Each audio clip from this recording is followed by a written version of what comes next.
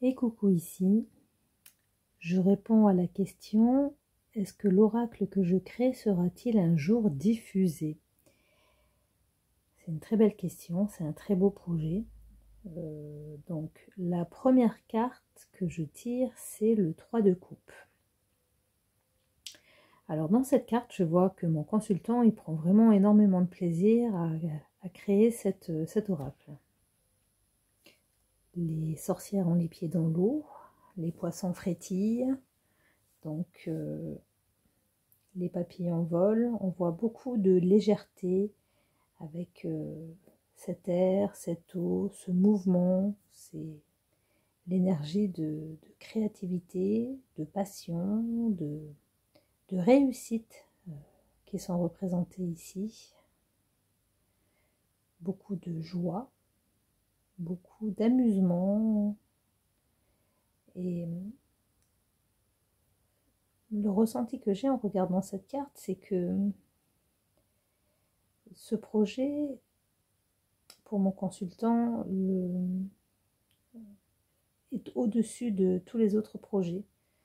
Alors ce serait vraiment très sympa d'avoir un retour, s'il vous plaît, mon consultant. Je ressens que alors, la lune et les étoiles me montrent que quand mon consultant a terminé avec toutes ces tâches, toutes ces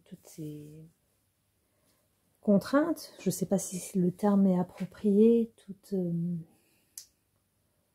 ces obligations, il lui reste dans un petit coin de la tête en fait son oracle, son projet qui continue de travailler en boucle. Et une fois que tout est fait, dès qu'on a un petit moment, on prend le temps, malgré la fatigue, pour aller travailler sur ce projet d'oracle. Alors après le 3 de coupe qui représentait ce qui était favorable, voici le 4 de denier qui représente ce qui ne l'est pas. Alors c'est rigolo, on dirait que ce projet d'oracle, en fait, tu n'as pas envie de le diffuser, tu as envie de le garder pour toi. C'est ton projet, c'est ton bébé. Pourtant, en fait, on a le chat à la fenêtre qui te montre la direction, qui te montre que c'est entrouvert, qui te dit vas-y, en fait, mais c'est ton trésor, on le voit, en fait.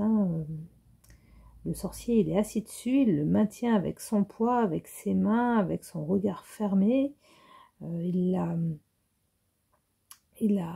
C'est son bébé, c'est son projet, et il a envie, mais il n'a pas envie en fait de le partager. Alors pourquoi est-ce qu'il n'a pas envie? Pourquoi est-ce qu'il veut le garder précieusement? En tout cas, cette carte, elle représente vraiment tout l'attachement que le consultant il a pour ce projet. C'est ça lui. On l'a vu avec le 3 de coupe, dès qu'il a un instant, il travaille sur ce projet. Son objectif, c'est ce projet, mais le filet d'air qui lui dit, qui pourrait le guider jusqu'à la diffusion en fait de son oracle, mais il veut pas. Il veut, mais il veut pas. Alors le 5 de bâton, qui suit le 4 de denier, ça nous montre bien l'état d'esprit du consultant. Il change d'avis comme de chemise, mon consultant. Je diffuse pas, je garde pas, c'est bien, c'est pas bien. Il a un peu mal à la tête, mon consultant, avec son projet d'oracle. J'ai mon ressenti, en fait, quand je vois ce chaudron qui est en feu, qui déborde, c'est que ça fait très longtemps que mon consultant travaille sur ce projet et il s'en donne mal à la tête en fait. Il faut qu'il prenne une décision parce qu'autrement en fait la maison elle va prendre feu. La quatrième carte de ce tirage, c'est le roi d'épée. Ouf, mon consultant va bien mieux. Alors tous les livres qui sont posés en bas, devant la carte, entassés, un peu entrouverts, il y a des livres de partout et ça nous montre que après le 5 de bâton, il a réussi à se poser, à ranger ses doutes, ranger ses craintes, ranger ses interrogations, ranger ses controverses, ranger ses je fais pas.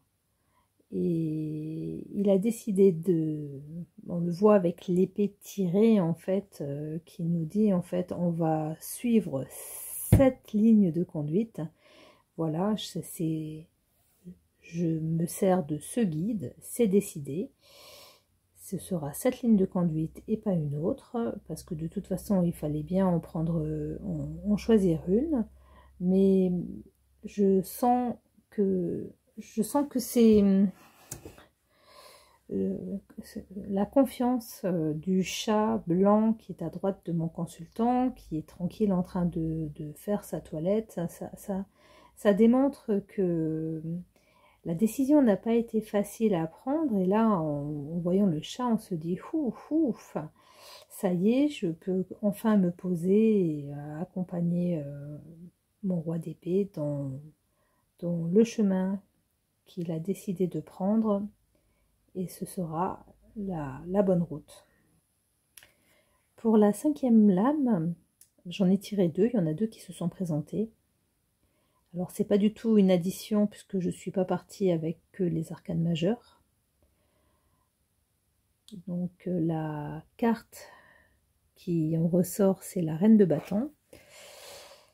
Et bien là, la reine de bâton, en fait, on voit que elle est en tenue de fête. Et le dragon, on a l'impression quelque part derrière qu'il digère, en fait, qu'il vient de faire un gros rototo bien fumant, en fait. Ça y est, c'est enfin la fin, on a pris une décision et elle est couronnée de succès, en fait. On voit que la reine de bâton a sorti sa robe de soirée avec ses jolies petites fleurs. Elle éclaire le chemin, en fait, le sol est pavé, elle est guidée et aidée par son dragon. Donc c'est un aspect positif au niveau en fait de la diffusion de l'oracle. Par contre, le 2 de bâton à côté de la reine de bâton, ça nous indique que oui, l'oracle sera diffusé un jour. Mais ce que je ressens, c'est qu'à la sortie de cet oracle, en fait, il va y avoir un caillou qui va bloquer en fait, qui va bloquer la chaîne. Donc l'oracle va sortir, il sera diffusé, ça va être bloqué, et puis seulement dans un second temps, ça repartira.